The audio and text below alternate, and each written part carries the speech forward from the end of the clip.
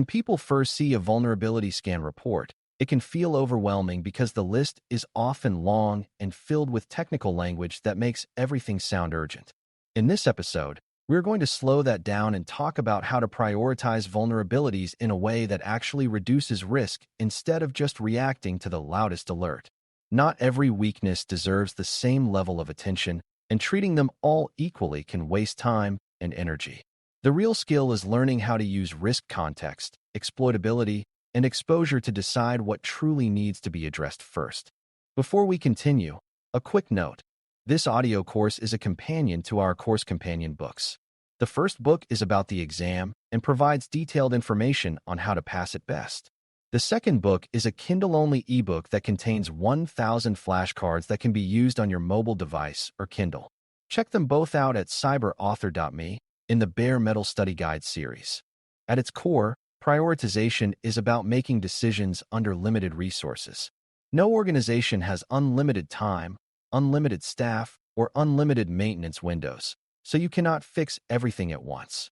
That reality does not mean you ignore lower issues forever, but it does mean you must rank them in a thoughtful way. A beginner mistake is assuming that the highest severity score always goes first, but severity is only one piece of the puzzle. Prioritization becomes powerful when you connect the technical details of a vulnerability to the real-world impact on the business or mission. Risk context is the first lens you use, and context changes everything. A vulnerability on a system that holds sensitive customer data carries a different weight than the same vulnerability on a test server that is isolated from production. Context includes the value of the asset, the type of data it processes, the role it plays in operations, and the consequences if it were compromised. A weakness that allows privilege escalation on a domain controller is very different from a similar weakness on a standalone lab machine. Without context, you are sorting numbers on a screen, but with context, you are making risk-based decisions. Exploitability is the second lens, and it focuses on how practical it is for an attacker to use the vulnerability. Some vulnerabilities are theoretically severe, but require complex conditions or rare configurations to exploit.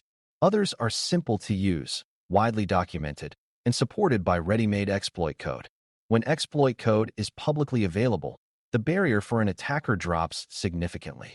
Exploitability is about understanding how easy it is for the weakness to be turned into real damage, not just how bad the damage could be in theory.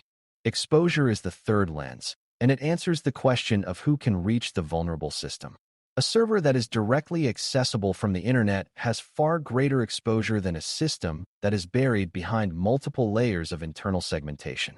Even inside a network, exposure varies based on how many users or systems can interact with a service. A vulnerability on a system with broad access rights and many connections creates more opportunity for misuse than one on a tightly restricted host. Exposure connects the technical flaw to the attacker's path, and that path is what turns risk into action. When you combine risk context, exploitability, and exposure, you begin to see patterns in your environment. A moderate severity vulnerability on an internet-facing system that stores sensitive data and has public exploit code might be more urgent than a high-severity vulnerability on a well-isolated development server. This does not mean severity scores are useless, but it means they are starting points, not final answers. A common misconception is that the scanner's severity ranking is the final truth, but in reality, the organization must adjust priorities based on its own environment.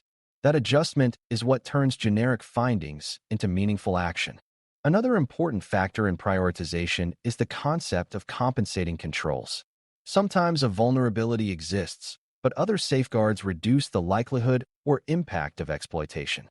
For example, if a vulnerable service is present but tightly restricted by network rules and strong authentication, the overall risk might be lower.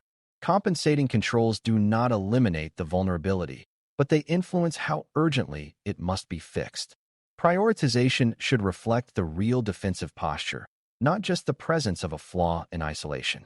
Triage is the practical process of reviewing findings and assigning them a priority based on these combined factors. During triage, teams examine the vulnerability details, confirm the asset's role, evaluate exposure, and consider exploitability. This is where experience and structured thinking matter, because rushing triage leads to misclassification and confusion. Good triage is consistent, meaning similar situations are treated in similar ways. Consistency builds trust in the process, and trust encourages teams to act on priorities instead of arguing about them every cycle.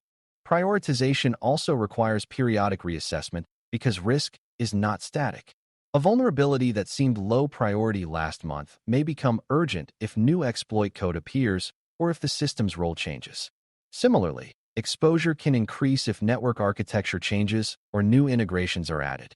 Continuous reassessment ensures that priorities reflect current reality rather than outdated assumptions. This dynamic nature of risk is why vulnerability management must remain ongoing rather than a one-time project. Metrics can support prioritization, but they should be used carefully. Counting how many high-severity vulnerabilities remain is useful, but it does not tell the whole story. More meaningful metrics often consider how many high-risk, high-exposure vulnerabilities remain unaddressed and how long they have been open.